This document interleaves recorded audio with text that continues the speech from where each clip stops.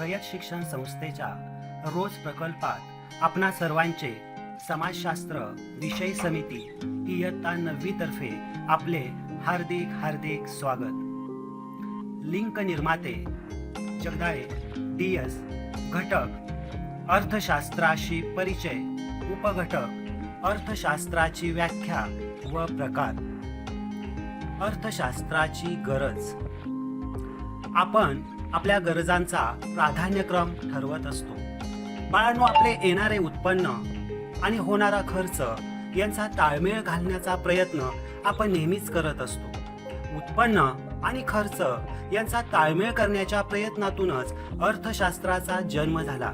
बाळांनो, अर्थशास्त्र ही संज्ञा इकॉनॉमिया या ग्रीक शब्दांपासून बनली आहे। इकॉनॉमिया या शब्दाचा अर्थ बाळांनो कौटुंबिक व्यवस्थापन असाही केला जातो। कौटुंबिक व्यवस्थापन आणि अर्थशास्त्र यांच्यात बरेच साम्य आढळते। अर्थशास्त्राची व्याख्या। बाळांनो, वेळ, पैसा, श्रम, भूमी व साधने यांचा प्रभावीपणे वापर कसा करावा हे अर्थशास्त्रामुळे समजते। विविध साधनांचा वापर करून लोकांच्या अमर्याद गरजा कशा भागवल्या जातात याचा अभ्यास सुद्धा बाळांनो अर्थशास्त्रामध्ये केला जातो। आता आपण अर्थशास्त्राची व्याख्या पाहूया।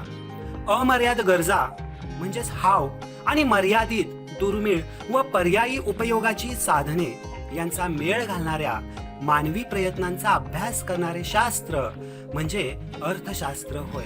बाळांनो, ही व्याख्या लिओनल रॉबिन्स यांनी केलेली आपणाला सांगता येते। यानंतर बाळांनो आपण अर्थव्यवस्थेचे प्रकार पाहणार आहोत। कुटुंबाचे जसे आर्थिक व्यवस्थापन असते तसेच बाळांनो प्रत्येक गावाचे, शहराचे, राज्याचे, देशाचे एवढेच नव्हे तर जगाचे देखील आर्थिक व्यवस्थापन केले जाते।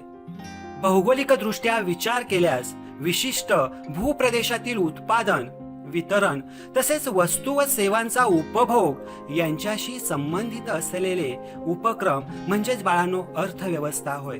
अशा या अर्थव्यवस्थेचे बाळांनो आपण 3 प्रकार सुद्धा पाहणार आहोत। अर्थव्यवस्थेचे प्रकार। बाळांनो, प्रामुख्याने अर्थव्यवस्थेचा पहिला प्रकार आपल्याला सांगता येतो भांडवलशाही अर्थव्यवस्था।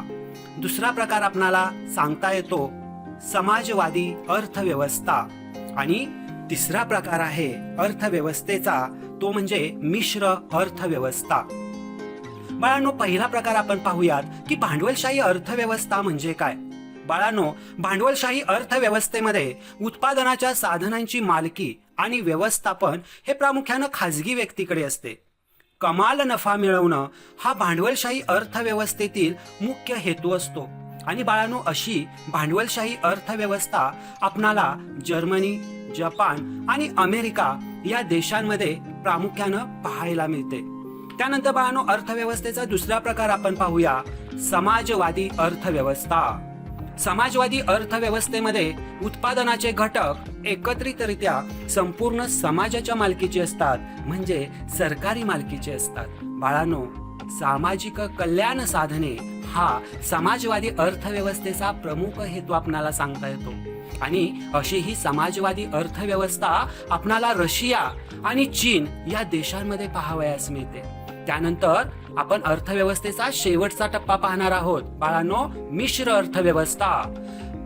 बाळांनो, मिश्र अर्थव्यवस्थेमध्ये सार्वजनिक व खाजगी दोन्ही क्षेत्रांचं सहअस्तित्व आपल्याला पाहायला मिळतं। या अर्थव्यवस्थेत नफा व सामाजिक कल्याण यांचा सहसंबंध राखला जातो। आणि बाळांनो, अशा स्वरूपाची अर्थव्यवस्था भारत, स्वीडन आणि युनायटेड किंगडम या देशांमध्ये आपल्याला पाहायला मिळते। अशा पद्धतीनं आपला हा घटक बाळांनो इथं संपलेला आहे। धन्यवाद।